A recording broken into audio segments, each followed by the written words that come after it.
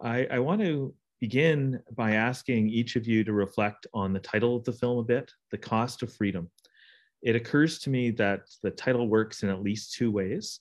Your stories demonstrate the high price that you as individuals have paid for your own safety and security. But the title also calls attention to the high cost of an independent and free press. And it's on that point that I want to begin this afternoon. What should our audience take away from this film about the cost of journalism? And what role should we as individuals, but also as society, play in ensuring a freedom of the independent press? And Arzu, I was thinking we might start with you. Okay, thank you for having us. And I want to say thank you for the viewers on the documentary. The first question about the name of the documentary, did I understand correctly, right? Yep, yeah, that's great. It is not, I started with the story is not belongs to the three of us. The story belongs to all the journalists who get in trouble to telling the truth in all around the world, And we lost our friends, for example, Aaron Burhan a couple of months ago from COVID-19. When he passed away that morning, I just seen the news on the email. I can saw how you like, this is not about the Aaron or me and anyone. I can feel as I died, It is so hard because Aaron always talking about how Eritrea was. He just remembered the river, said it. And that day, I just thinking about him. He spent 12 years in Canada. He never go back. He's back home. He is, when you passing the border or became a refugee, this is the biggest cost you ever seen because you lost everything. You have no chance to take your memory again. You have no chance to be yourself who really was before them here now, right? And then the cost, maybe easy to saying this. The journalist from the Malta, she killed with a bomb attack. The big prize, We just fighting for the democracy, telling the truth, create a good future, the others, not ourselves. All right, thank you, Arzu. Luis, what does the cost of freedom mean to you in this dual sense? Oh. Well, I mean, based on my experience, is what is freedom? I will ask first, what is freedom? What freedom means to you or to other people who is in the audience? Because, for instance, for the three of us, yes, we are here in freedom, but is really freedom if you are unable to do the job that you love? If it's really freedom if you have to work as Abdulrahman works in a factory, being a talented, smart person. It is freedom for Arzu to work delivering food while she's a super talented and skilled journalist. Is it freedom for me having 2 master's degrees from Canadian universities and being unemployed? So what is freedom? In this context, I will say it is extremely complex to answer that. Yeah, and I'm regretting maybe perhaps beginning with that question because of that complexity, but that's exactly what I wanted to get at with the question. Is it just seemed to me after I watched the film the first time that the title worked in so many ways. Abdulrahman, what should our audiences take away from the film about about the cost of journalism? I think the cost, the freedom is worth the cost. Around all the world, the journalists, they have big problem with the government dictatorialism. Like the Middle East, not in the Middle East, in the Asia, in South America, especially I talk about the Middle East. All the government, they follow the journalist writers, and everyone who can writing or talk his opinion. In my country, in Syria, right now, 10 years ago, the government killed around 1 million Syrian because they called for the freedom. I think the freedom is worth to pay the cost. We will continue to fight for the freedom. We don't stop for that. Also to remind every time our friends in the jail stay in Syria, in Libya, in Iraq, in Palestine, everywhere, in Turkey, in the Middle East, or in anywhere in the jail in the world. Thanks, Abdulrahman. And actually, just while we're on the subject, I wanted to ask about this later, but given that you brought up journalists in prison, I wanted to ask about ways in which the audience could work to support journalists in prison around the world. Are there organizations that that we can become involved in, or that we can support financially that that do that work? And I'm not entirely sure who to direct this to. So, if it is, do any of you want to chime in? Or Abdulrahman? Yeah. I think we have to do something for the writer and journalist in the jail, not in Syria only, but in the world. About in Syria, yeah, we have many programs. We have many organizations. They work to support him, but we can't do anything right now. 10 years about the Syrian writers and journalists in the jail, and the artists and other, because the government of Syria, they didn't listen for anyone in the world about the people in the jail, and they get big support. I want to talk about this point, the big support in the United Nations from the Russian and China. Many times the International Amnesty and the Human Rights Watch, and they have report every year, and not every year, every 3 months or 4 months, about the situation in the Syrian prison. Nobody can know right now what happened about him, as they still alive or no.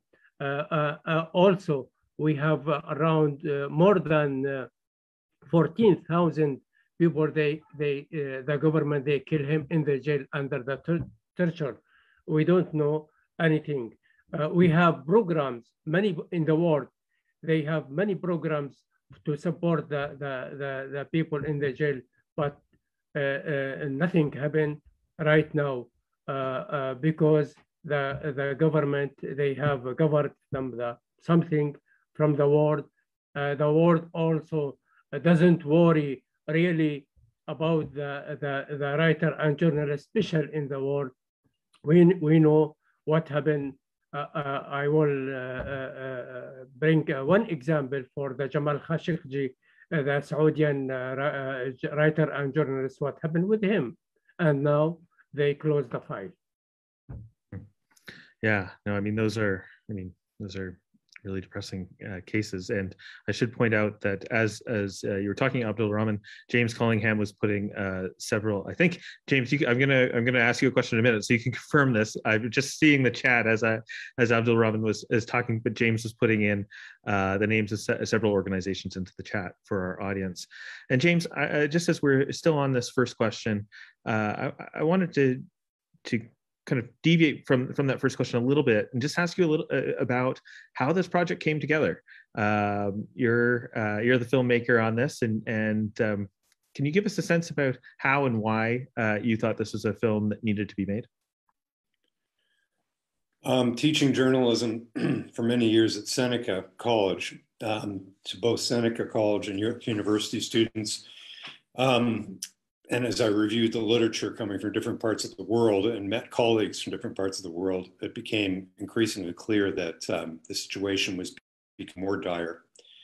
Specifically, because of my academic research, I went to Mexico several times, beginning in 2005. And a sideline of my academic work was meeting colleagues in Mexico and learning about the threat that they were under. And then I met Luis in Toronto. We did a couple of presentations together specifically on the threat to journalists in Mexico. And around that time, I was elected to the board of the Canadian Association of Journalists. And I recommended that they do, for part of their annual conference in 2018, I believe, a panel on refugee journalists in Canada. Around that time, or before that, I met Arzu, who had just arrived in Canada, or very recently. Arzu did not speak English at that time. And my Turkish is non-existent. So friends of hers helped us communicate. And then there was a panel discussion at CAJ in Ottawa. And we began to talk about making a film. I see that Margot Kelly is in the audience, and Margot and a bunch of wonderful journalists who support writers in exile through PEN Canada and before COVID at Romero House, refugee settlement house in Toronto.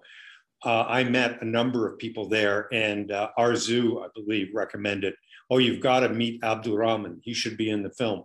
And I met Abdulrahman and immediately agreed, yes, he should be in the film. And so for me, it's been a great gift to work with these three individuals. I've dedicated my career to journalism, and they are just so, as Jeffrey says in the film, Arzu's one of his heroes. Well, these three are all among my heroes, and it's been my great pleasure and privilege to work with them. I think that comes across really clearly in the film, James. There's several questions coming into the chat and the Q&A now. One comment that's in the Q&A that I don't think people can see is about a Toronto-based organization, Canadian Journalists for Free Expression, which is active in the GTA. So I wanted to call attention to that. And while we're thinking about organizations, in my background research for the film, and James, you alluded to this in a chat response earlier this afternoon, all of you have been involved in one way or another with PEN Canada and their Writers in Exile program. And I was wondering, and Luis, I'm going to throw this over to you, I think, to start us off. But I'm wondering if you could tell us a little bit about that program and how you've engaged with it.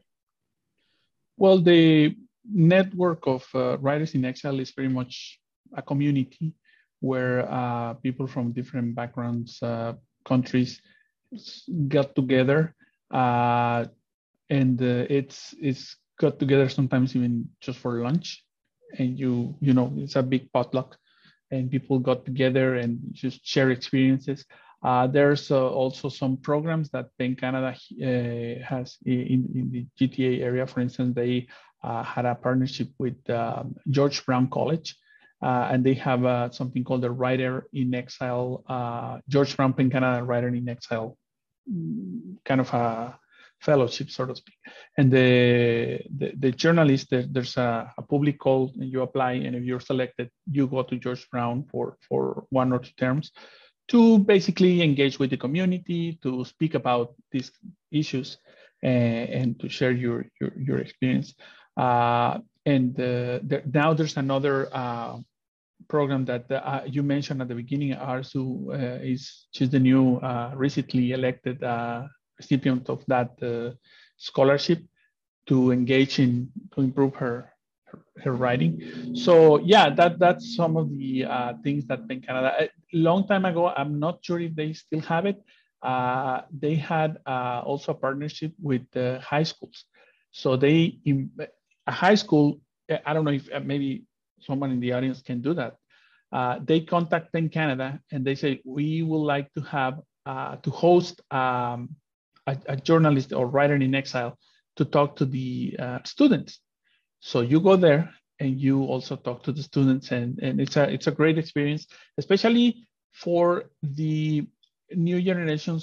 Maybe it's the first or second generation of Canadians that they born here, but they are not completely attached to the country of origin of their parents. So when they learn about things happening in Syria, Mexico, whatever, they are like, oh wow, I didn't know that. And for instance, in my case, I had the opportunity to attend one high school, and at the very end, one of the students came to me and she talked very moved, and she says, now I can understand better my parents, because they fled the country at some point. Now I can understand why, and because now the experience, first-hand experience, right? So these are some of the ways that PEN Canada is working with all of us. Thanks a lot for elaborating on that, Luis. And the end of your answer there leads well into a question I wanted to ask Abdulrahman, and it ties in with a question that we have in the Q&A. So I'm going to try to bring these two questions that are a little bit different, but I think they're similar, and that is it has to do with the pressures that people face to leave home. And the reason why I wanted to direct this question to you, Abdulrahman, is because although I think it applies to Luis and Arzu as well, in the film, your role not only as a journalist but as a writer and a poet, as an artist, it comes across really clearly. And I'm wondering about whether you think journalists face a particular type of repression, or whether some of the themes in the film, and this is, I think, Luis, you were getting at a bit at this in your answer, apply a bit more broadly to artists and academics in your home countries as well. And how that question just ties into the question we have in the Q&A is that question picks up on the fact that all three of you are from different countries, but are facing similar difficulties. And so the person asking that question wanted to know, what is the main source is there a common source of these problems, and are there common solutions? So I know they're kind of two different questions, but I think there's some common overlap. First, I want to say yes. Many government, they follow not the government and like a Middle East, the Islamic radical like ISIS, and the government same. They same doing something. The government and the ISIS, the government of Syria, they follow the writer and journalist, especially because they have to talk and to write, and they have a relation with the people. Well, but not only the writer and journalist, the academic, they follow the academic and the artist. We have many examples. I can give you like director is Yasser Cordiello is a theater director, famous in Arabic world. He and his son also actor, and the other actor, now he is in the jail. Before 8 years ago, we don't know where he is. And the writer is Adnan Zirai, also we don't know where is he. And the Musab al-Oda, the journalist, they kill him in the home. And we have also the other actor and artist, they follow him and arrested him. And in the world also, not all the journalist and writer, they follow him. Also the academic and doctors, engineering, they follow him. We have example Turkey, what we have from also from 2016 right now, special, and in Lebanon and in Libya, many people, writer and journalist and academic and artist, they follow him. Yeah, thanks for that. Thanks for bringing that together for us, Abdulrahman. Arzu, I wanted to pick up, and please feel free to chime in. I'm trying to direct questions to you specifically to keep the conversation going. But if you want to pick up on something somebody else has said, please feel free to do so. But Arzu, I was really struck at the end of the film when you talked about being a refugee is better than being a citizen because everything is free. And that line really resonated with me the first time I saw the film and as we watched it this afternoon together. And I was wondering what this means for your work as a journalist. Because I think I can see you explained it in a slightly different way in the film, but I was wondering if you could reflect a little bit upon those comments and how you see that moving forward. Being a refugee better than being a citizen because people just having. I don't have to describe myself with a nationality, I am happy to be just to describe myself as a human. Every night I went to the border, meeting a couple of people who get in trouble because now I can understand how they feel. Now watching what happened at the Belarus border, right? People waiting for what? They're innocent. They just want to looking for the place to safety one. And then I can feel their pain. It is so important.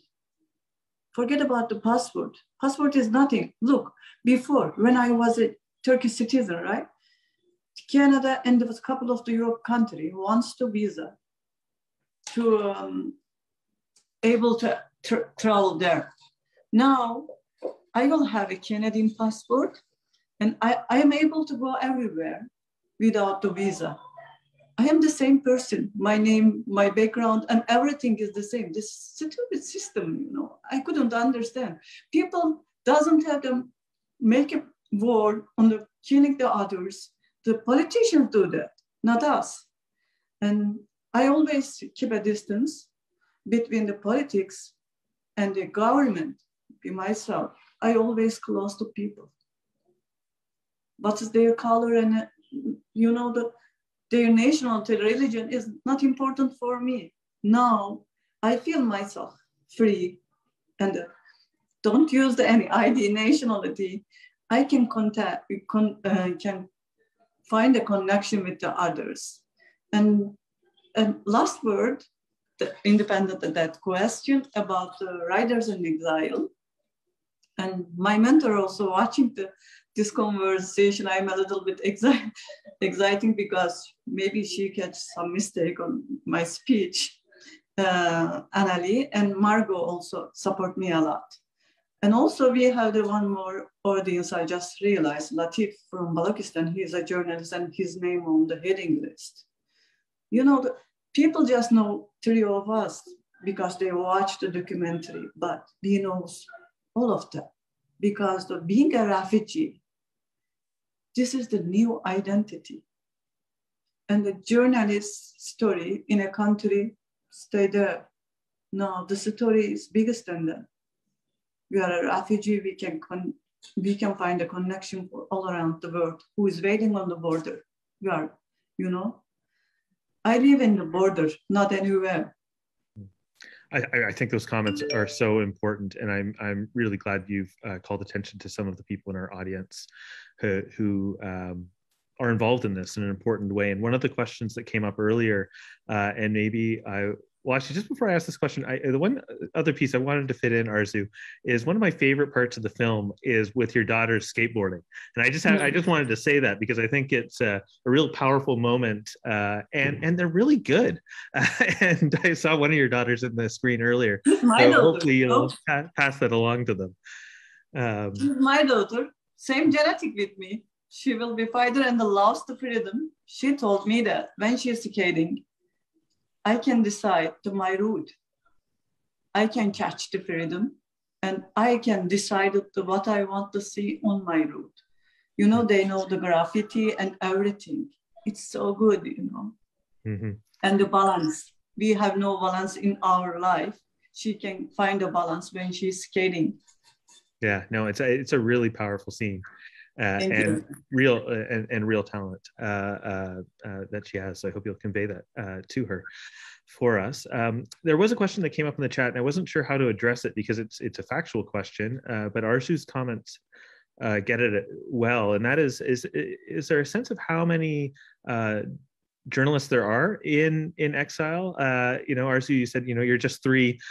Do we know 3 of what number? And I'm not entirely sure who to throw that to.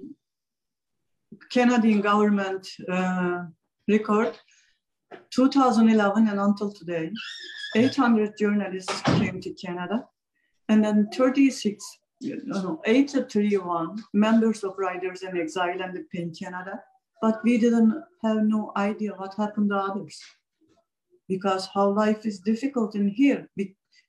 You started the life in a new country as a baby, learning language, finding a place to stay, finding if you don't know the rule of law, where you go, where you live, it's hard. Maybe they are still fighting for the survive, you know. Well, thank you for that context. I think that's a really important piece to bear in mind when we're thinking about this. Another question that came in the chat, and I was actually going to ask something similar to this a little bit later, but was whether you're concerned about less independent journalism in Western countries, or the rising support for authoritarianism, such as Trump or Marine Le Pen in France. And how can we ensure our freedoms aren't gradually eroded? James, I might throw that to you to begin with, and then maybe we can hear from the others. It's a very complex matter. The digital revolution that we're living in has been with us now for 30 years. Still, we're figuring it out in the world of media. And I think we need to insist on standards and quality expectations of critical thinking. And you can find that in any number of places, but I would suggest, and I'm not saying that organizations like the BBC or the Wall Street Journal or the New York Times or Le Monde or El País are necessarily always better or always accurate, but there is a standard of professionalism with legacy journalism, often from roots in newspapers, which are now all online. I would include The Guardian as well, but that's a very short list that I've just given. Citizen journalism is extremely important and sometimes makes great contributions. I mean, the country that Abdulrahman had to leave, for example, Syria, citizen journalists were getting the story out while the rest of journalism collapsed under the weight of the brutality of the Assad regime. So all those elements are important, but I think for citizens, whether you're 15 or 65, you need to really examine the credibility of a source. You need to ask yourself, where is this coming from? What axe does it have to grind? What is this storyteller associated with? And just how independent is it? Because there's a industry out there, and it's not just the Russians, it's every political party in the Western world is trying to manipulate opinion, and they're really, really good at it. And we have to be extremely discerning. So I'm not going to be someone who's going to bemoan the lack of opportunity because everybody has a cell phone and everybody can be a storyteller. This is a wonderful opportunity, but it's rife to be abused, and it is being abused. So it's difficult to maintain quality journalism under these circumstances, but absolutely not impossible. Well, thanks, James. And that was kind of the tenor of one of the questions I had wanted to ask. So you kind of hit the two with one stone, so to speak. There's another question here, though, that we might follow up. Maybe we'll go to Luis next with this. And this is a question again from the audience. And I think everyone can read this, actually. It says it was posted to everyone by P. Papel. Apologies if I'm pronouncing your name wrong. But holding governments accountable for contentious policies and actions taken in each country is clearly highlighted in all of your work prior to coming to Canada. Given your new Canadian contexts, what topics currently does each journalist, do you feel is of current urgency in the world? And what are those topics that you might be or are interested in exploring or interested in furthering investigations? So the question really is, what topics need to be addressed from your perspective? Luis, do you want to start with that? Yeah, well, it depends, right? It all depends because it's now with the explosion of social media and the internet and instant communications, we have created some sort of niches of interest, right? Now, for instance,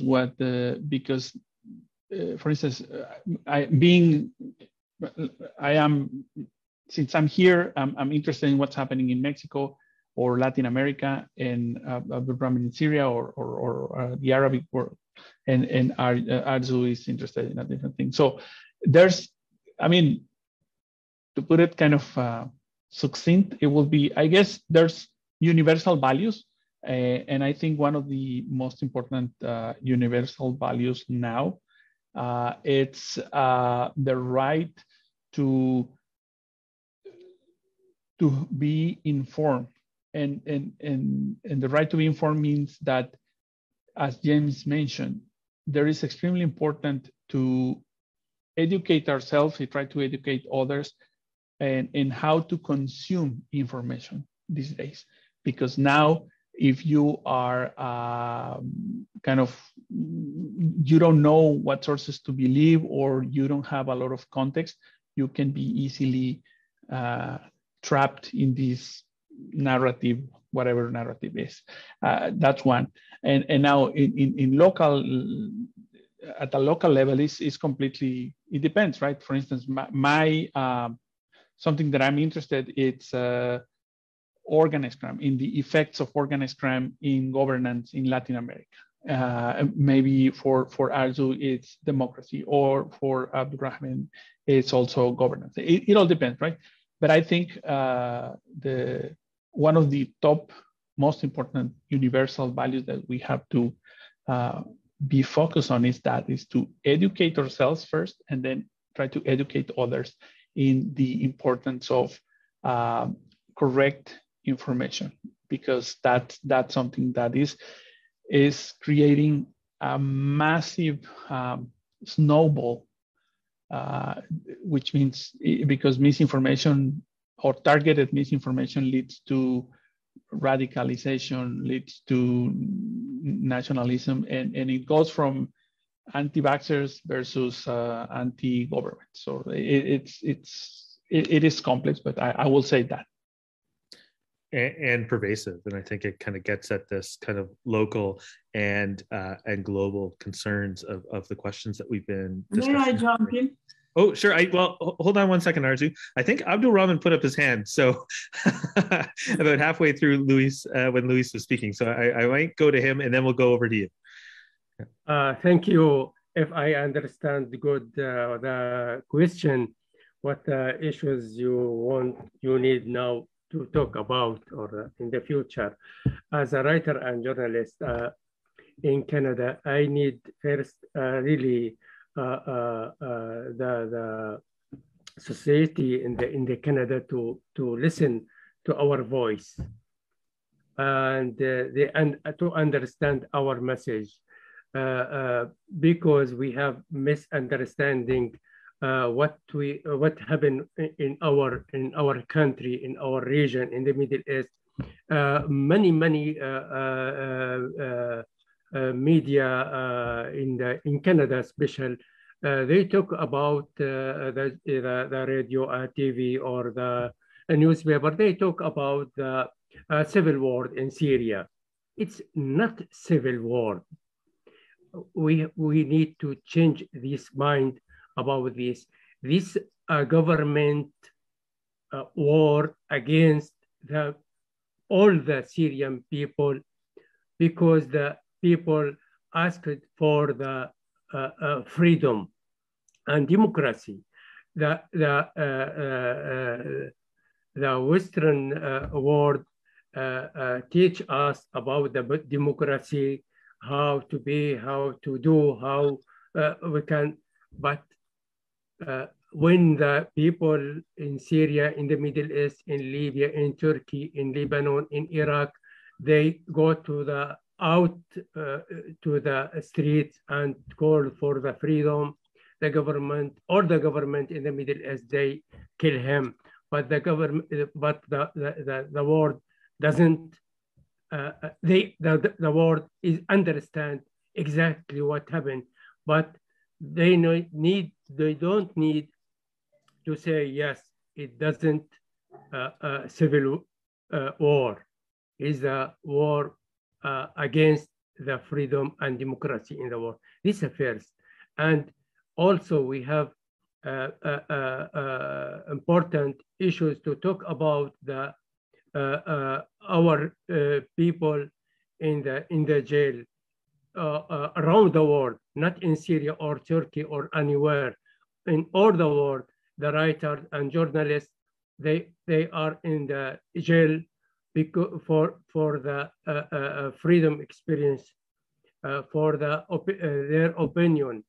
We need big support from the world, from the society, from the organization, non-government organization to support us for them. This the first what we need to talk about. Why we asking to writing in the media in Canada. We didn't get right now that. I'm so sorry about that. I didn't understand right now why. Okay, we have many reasons maybe about me, my English not well, but like Luis, like Arzu, it's okay. But we need to talk with the other, and we need the other to understand our stories, not our personal story, our people's story. Thanks. Thanks, Abdulrahman. I mean, there's a lot there, and I think again, though, we can see these connections and the need to really have global focus when thinking about these issues. Arzu, you wanted to chime in? Yeah. You know what I want to say? I'm now working with the New Canadian media as a journalist. They provide me mentor when I write some news. They check it and then publish it. But the other stuff, very important. Canadian media close war the writers in exile or journalists. But there is another way we want to try it. We wrote the stories, not our story. This is the global issue, being a refugee journalism, political situation. What it was, the Latif and I'm one of my friends, Pedro from Colombia. He's very good novelist, but we didn't find a publisher, you know. The story needs to be told. Look at the Giller Prize, Going to Whom, the refugee stories, right? And it is the true way, but we are not lucky. And it is not important the biggest publisher. Maybe some journalism department can start at the publishing the Writers and Exiles books. I just read one of my friend's books last week. I finished it. It's amazing. I didn't know anything about the Colombia, Mexico. Just, you know, every country is at the same time a news. But when you read the story, it is the true story. View of the journalist. You can learn lots of stuff. And the Canadian students doesn't know the turkey. They think that this is the Christmas dinner. They need to be learning. I just want to tell this stuff. Thanks, Arzu. So we're getting close to 4 o'clock, and I want to be cognizant of everyone's time. But one of the questions I wanted to be sure to ask the three of you in particular was, again, Arzu, I guess you had some really good, you said some things in the film that just really stuck out to me as sound bites. But one of the things at the very end of the film that you were talking about, Arzu said, you know, we are a team. Referring to all of you. And I wanted to end our discussion today by asking you to reflect on that. It sounds to me like you didn't know each other maybe 5 years ago. Piece of the same puzzle, you know. Mm-hmm. We didn't, if we're missing the one of us, and we lost all the puzzle, because we all have the same character, same personality, same passion, you know. I mean, we all give us the motivation, courage, and everything, hands to hands. And what have you? Has your perspective on journalism changed by the conversations that you've had with each other? Luis or Abdulrahman, do you want to take a stab at that? The journalism in Canada or global? Well, I was just thinking in terms of your profession and how kind of working as a team has reshaped. I was working as a court reporter. I just focus on the justice, right? And then I'm still looking for the justice. I cannot say I find it because, you know, there's a lot of story about the unjust situation, also Indigenous people in Canada. We just found a couple of months ago the kids, you know, their body. What happened, you know? Is it enough to saying them to apologize or creating the new history altogether? Well, and I think there's a lot of overlap between, I'm a historian and James is a historian, and I think there's a lot of overlap between the work that historians and journalists do. I want to give the rest of you an opportunity to reflect. What have you taken away from this project as the film project is now wrapped up and is being shown publicly? Are there things you've learned through the last 3.5 years that you've been working together?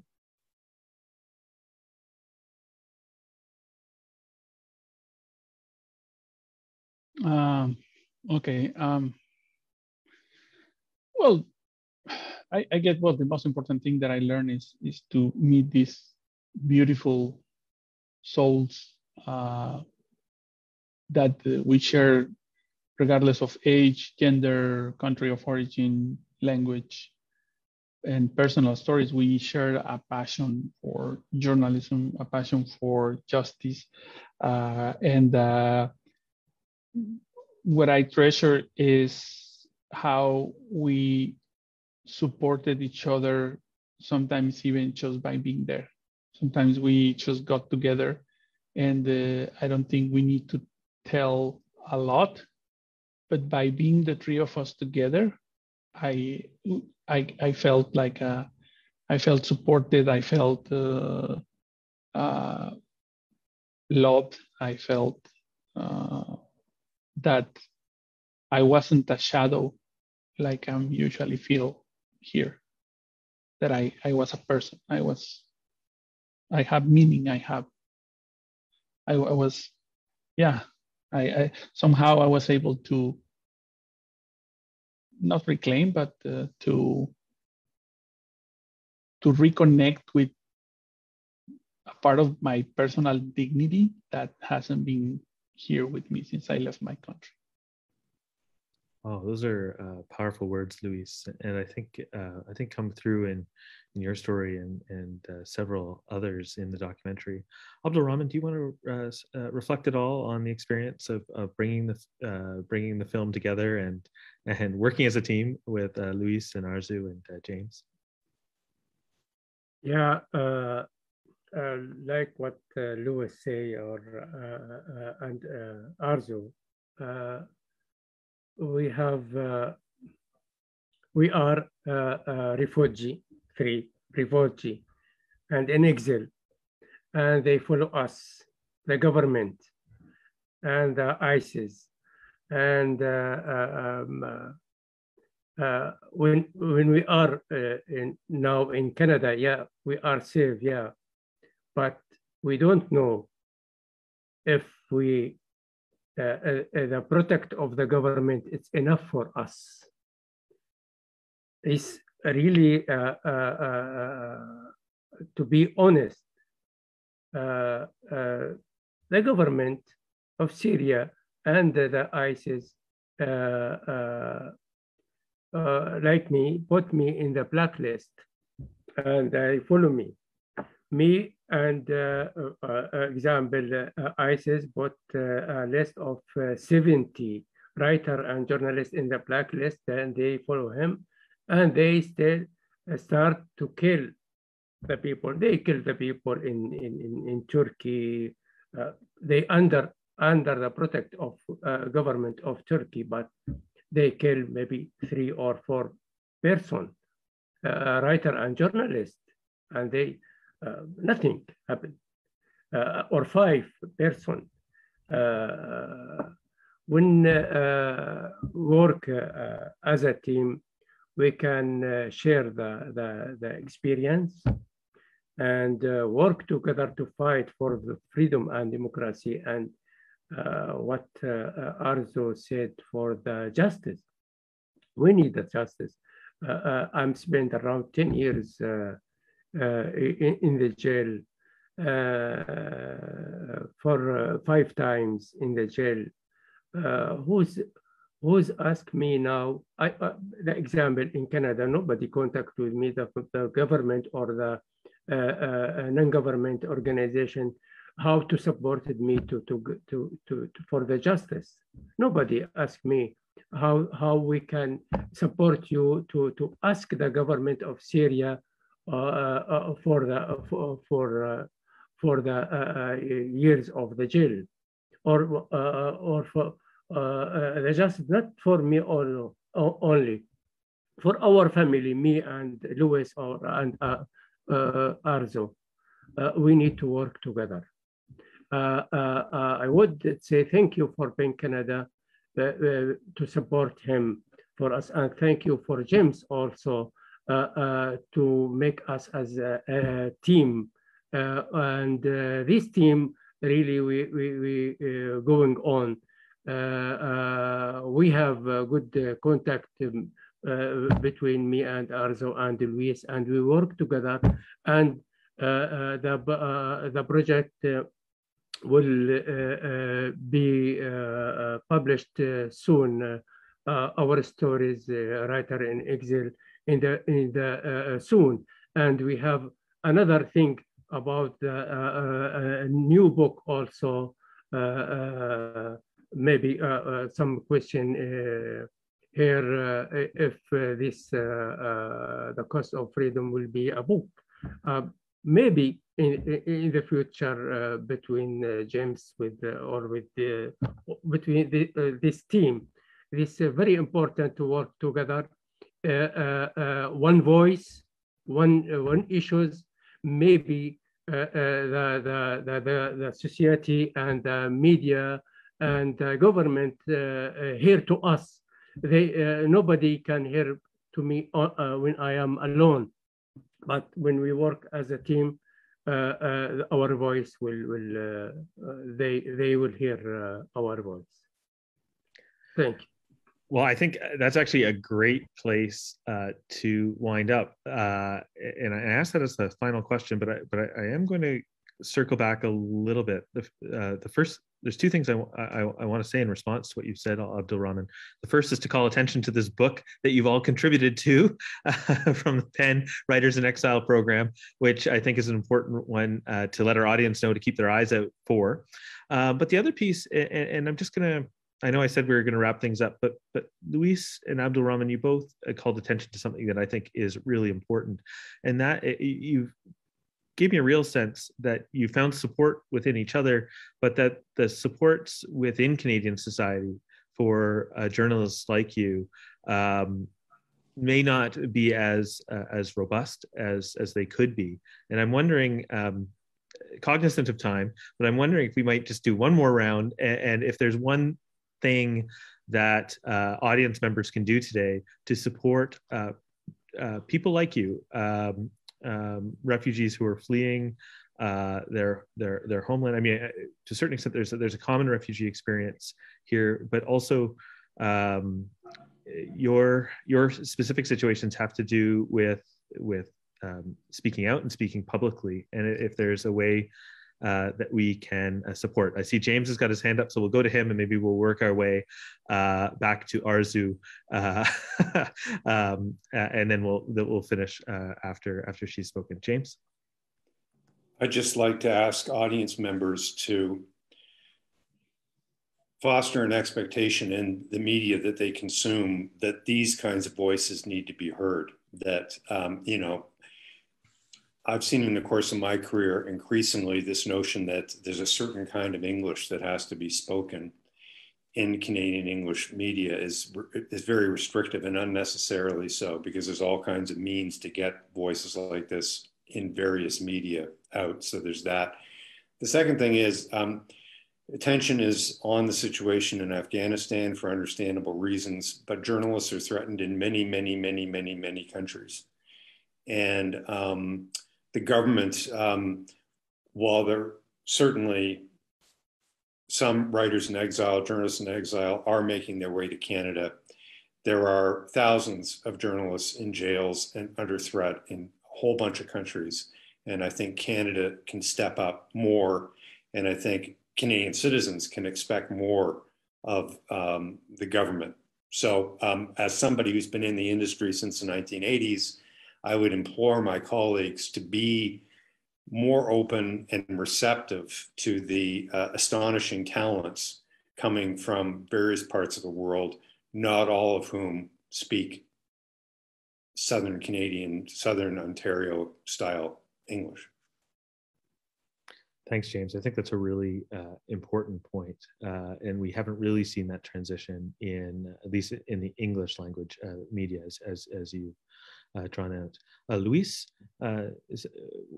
what might you advise our audience about how we might better support people in your situation?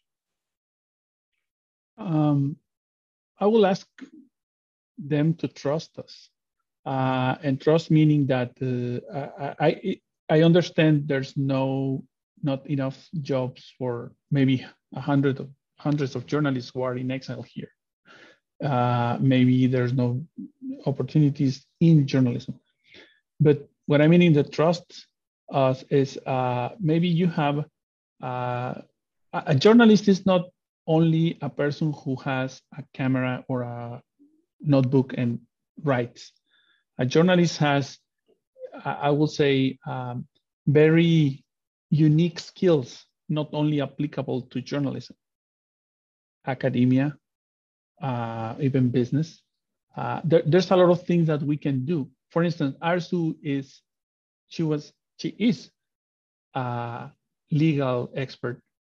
Well, maybe she can go and take that route of legal here in Canada. Abdulrahman it's a poet. Maybe he can do some poetry.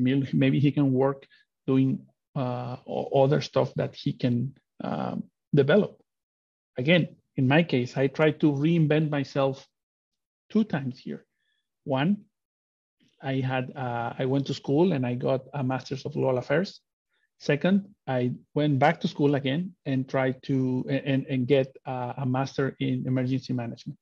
Both of them, the only thing that I got from those were an insane amount of debt in student loans and in frustration because I haven't been able to secure a job. Why? Because again, when they read my resume and they say, "Oh, journalist," or I don't fit the model, I have no idea. But that's the thing. So we have a lot to offer, and if you want to help us, please trust us. I mean, we can do more than just clean offices, delivering food, or operating machines in big factories. Yeah, it seems to me one of the things that I took away from the film is that there's this insularity in Canada that these global currents perhaps aren't permeating. Abdulrahman, what advice might you have for our audience?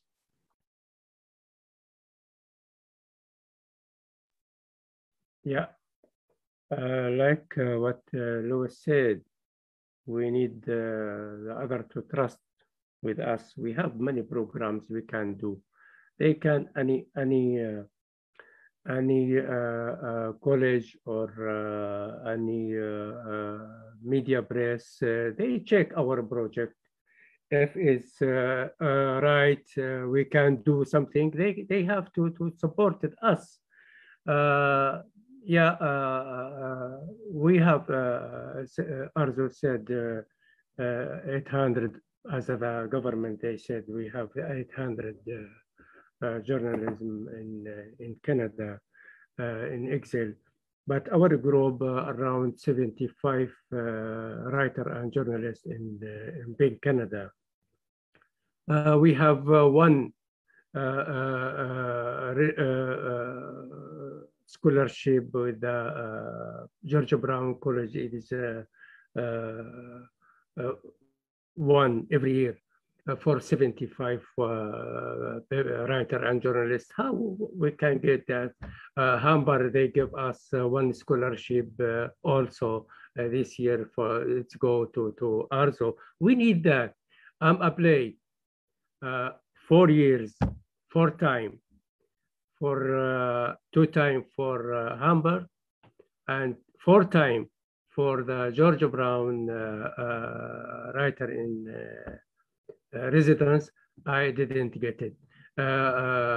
We need the university, the college, and the press and the media. They have to give more chance to the writer and journalist for the program for the to writing. Like me, 30 years ago, I'm writing as an opinion writer in the journalist in Arabic, famous journalist. I can writing. We can work as a consultation in the Canadian press for our region, for my country, for Turkey, for Syria, for Mexico, for the world. We write. We have many good, I think, good experience to writing and to give our opinion for these issues in the world, and we need more program to support us for that. Before in the Art Council, they haven't any program to support the refugee. Okay, last year and this year, I think they have a special support program for the refugee writer and journalist. But before for translate, they haven't any program to translate like my novel from my language to English into English. Now they have because we fight through PEN Canada for this. We talk about that, but still, right now we didn't have any way to get any support, special support for our program as a writer and journalist in exile in Canada, not in the. Thanks. I would I would say thank for James, special for this film. They will open a big window to get a support. I hope that. And when I say thank you for the Bank Canada and our group, I've received email in this morning from Margot Keeley to get scholarship from the Georgia Brown for the English course. I would say thank you for her also for supported me to translate my novel into English also. Thanks. Well, it's great to see where the need lies for expanding some programs and building programs, and also to call attention to the areas where this work is being done. And hopefully this film creates room for a discussion that's going to bring some of these changes about. Arzu, we're going to give you the last word. What does our audience need to hear? No pressure, but what does our audience need to hear? First of all, I want to thank James. He heard our voice and tell the others, this is the connection. And I believe that it will separate and it became not our voice and all the journalists' voice. And what can I say at the end of this program? I know lots of amazing writers and exile members and journalists also. For example, I feel myself so lucky. Okay, we cannot find the opportunity, but in between us, we create a circle, big circle. For example, I meet the one journalist from Venezuela, Alexander Durte. He's an amazing guy. But when I listen to radio, someone talking about the Venezuela, they have no professional as much as him and an experience, And thank you for this weekend, taking your lots of time. The last word, I believe, in my feeling, I want to close it right now. I can earn the money, we all didn't work for just the money. We work for our passion. We work for the democracy. Like create a famous name, we are not a singer, right? We just focus on the one thing, create a better future for all of us, not just the Mexico, Syria, or the Turkey, because every country connected with the other country. And now I am still keep going to writing a lot of story, saving it. I believe when I die, they will find it. And then they say, oh my God, look at her. But it is history, It is the destiny of all the writers. When you die, they find your story and then started to talking about you. I believe that stuff. And they try to be honest and writing it, keep going without any expectation. This is, my vision and the patient, how I survive. Thank you so much for sharing that with us, Arzu. And on that note, it's time to say goodbye. So let me thank Arzu Yildiz, Abdulrahman Matar, Luis Horacio Nájera, and James Cullingham for sharing their stories with us this afternoon and this important film. You're all such gifted storytellers, and we've learned so much from our time together today, and we really appreciate you making the time to be with us at Words Fest this afternoon. So, Chokte She Kur Adoram, Arzu. I don't know if that's correct, but I hope you practicing. Say the correct way in the beginning. Say the hoş geldin. It is the true. Thank you a lot. Thank you. Thank you so much, Thomas, and thanks for Markaz for the Huron Center, and James again. Thank you so much. Shukran, Abdulrahman. Shukran. Thank you. Shukran. And thank you, James. And so for those of you who are interested in seeing the film again, this is fresh off the presses, so to speak. It will debut on Highball TV in May of 2022. So you have some time to reflect on the film and watch it again in the late spring. In addition to our panelists, I'd also like to extend a word of thanks to WordsFest, specifically Josh Lambier, the festival's artistic director, who's been working behind the scenes this afternoon, making sure everything runs smoothly. And this is the fifth year that Huron has sponsored a panel at the WordsFest. And over that time, I just want to call attention to the sheer amount of work that Josh puts in to bringing together panels like the one we've had today. It's a ton of work and deserves to be recognized. And lastly, on behalf of our panelists, the festival, and the Huron Community History Center, I'd like to thank you, our audience, for taking some time out of your Saturday afternoon to be with us. And I'd encourage you to check out some of the other programming at WordFest, which is running online for the rest of the month. And of course, several of the books that we've been talking about today. So thank you very much and have a good night.